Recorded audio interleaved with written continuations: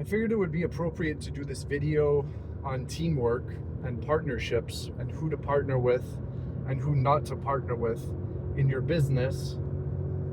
Or you could apply a lot of these principles to your personal life as well.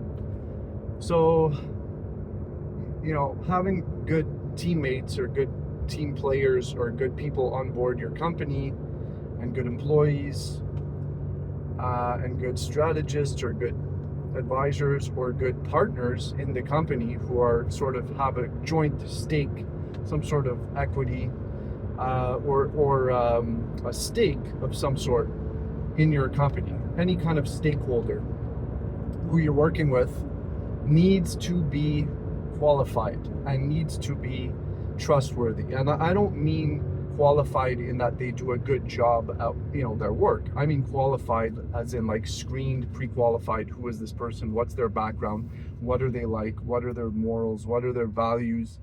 Is it somebody who you can depend on in business? Is it somebody who keeps dropping the ball?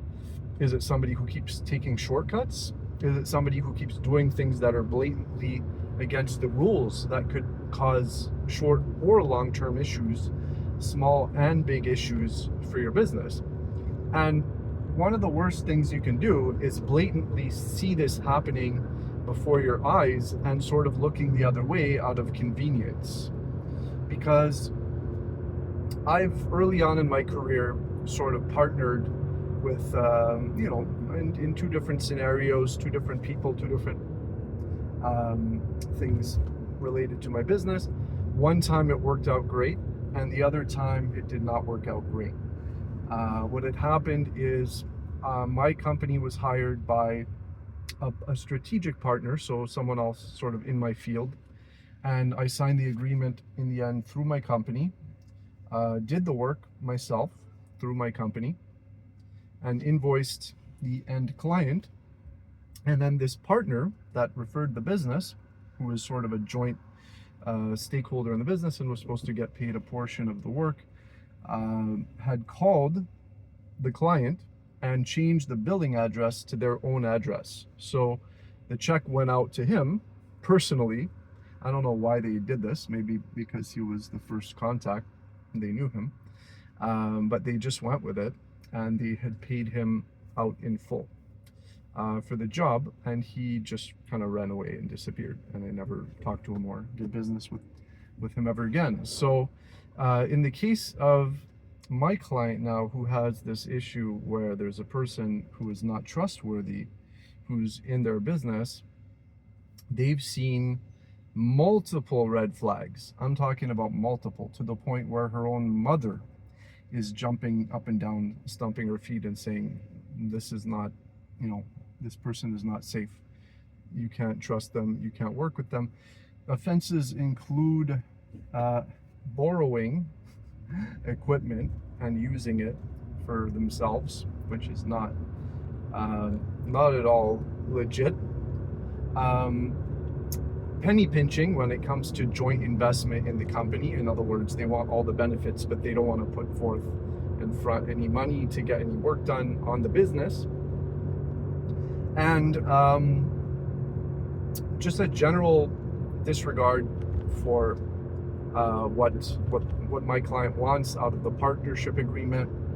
And then of course there's other smaller elements relating to trust as well. For example, not paying for services rendered for other strategic partners that were referred to him.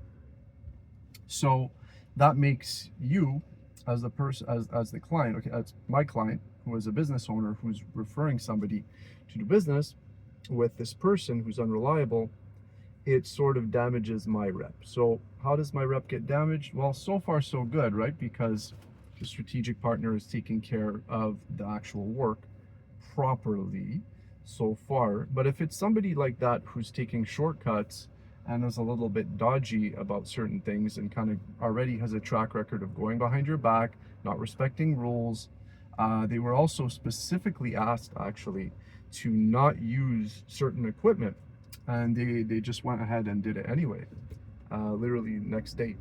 So when you see these red flags on a smaller scale, okay, you know with certainty that this person is going to do whatever's best for themselves and or will backstab you at any given point in your business trajectory together. So, if you're going to make the decision to go with it and actually continue to do business with someone like that, you're digging your own little hole there. You're sort of mapping out the future of what's going to happen, and just know that one day that ticking time bomb is going to explode. It's a walking fire hazard, okay, that we have going on over there, and it's just a matter of time before the full true colors emerge, okay, because the true colors are starting to emerge in sprinkles right now as they draw closer to signing a partnership agreement together. But I spoke to my client and I said, listen, I've been in business for 20 years. I've worked with a lot of people, and I smell the not good smell here. I can see that there's something crooked going on here. Look, with someone like that, it's very possible. I'm not saying there's anything concrete you can use to prove this, but imagine they're treating patients. What happens if this person goes on the cheap with their materials or cuts corners to save some time with certain procedures, and then you get a whole bunch of sort of clients or patients calling you with issues a few years from now, where you get a class action from all of your patients.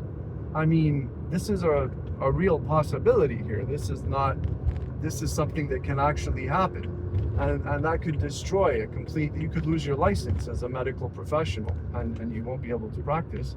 And your whole rep after that online, you're going to be getting bombs online from different patients, different customers. So if you have someone that short term looks good and smells good because they're doing good work, but on the business level, you know this is not a place you want to be. You don't want to really, you're not comfortable signing off on anything with this person. You kind of just know that this is headed south at some point. You should keep that person on board as long as you really need to, until you can just sub in a replacement. That's the action that needs to be done. That's the action item you have to add to your list. Find a replacement, start interviewing, and then once you find somebody who can fill that gap, you can either slowly transition them on and then pull the switch, right? Or you can straight up cut the cord, and then you'll figure out the other problem, which is, okay, let's just say they had some other ongoing initiatives in your business. Certain projects or whatever need to be completed.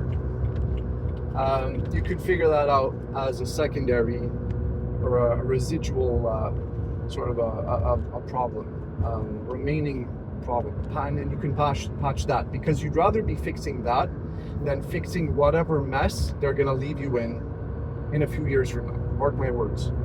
And if you don't believe me, I can put you on the phone with other people who have been in business with partners, and the partnerships have gone south. So that's my advice. Take it or leave it. Have a great day.